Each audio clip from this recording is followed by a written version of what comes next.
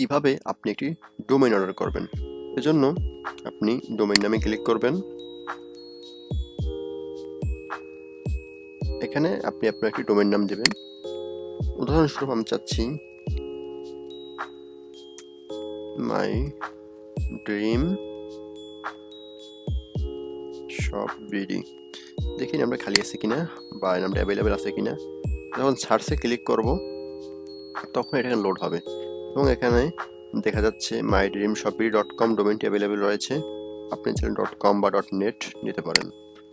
তো আপনি যেটা নিতে চাচ্ছেন সেটা এখানে দিতে পারেন সরাসরি .net অথবা .org আপনি বা .pw আপনি যে কোনো ডোমেইন নাম এখানে নিতে পারবেন, অথবা আপনি এখান থেকে অ্যাড যে কোনো একটা বাটনে ক্লিক করতে পারেন যে ডোমেইন নেবেন। আপনি হচ্ছেন উদাহরণ .com ডোমেইন নেবেন, আপনি অ্যাডে ক্লিক করবেন।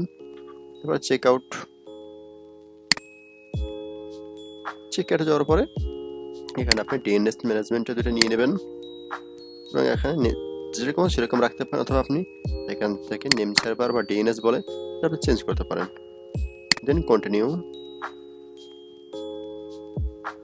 যদি কোনো অফার থাকে, অফার বলতে যদি কোনো কুপন কোড থাকে তাহলে আপনি এখানে কুপন কোড দিয়ে নেবেন। দিয়ে এখানে বিলেট কোডে যদি ক্লিক করেন তাহলে যে পরিমাণ ডিসকাউন্ট পাওয়ার কথা আপনি সেটা পেয়ে যাবেন। এরপরে চেক আউটে ক্লিক করবেন।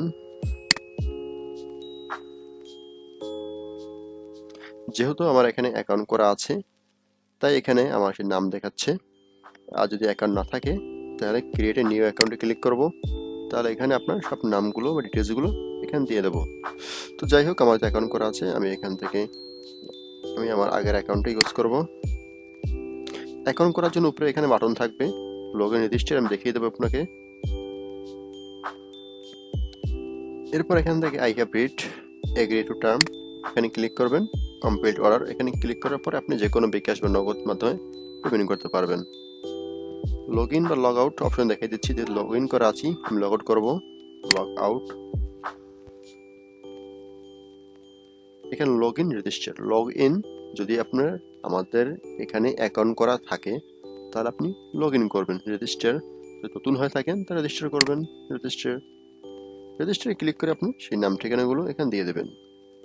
আশা করি কীভাবে আপনি ডোমেইন অর্ডার করবেন সেটি বুঝতে পেরেছেন।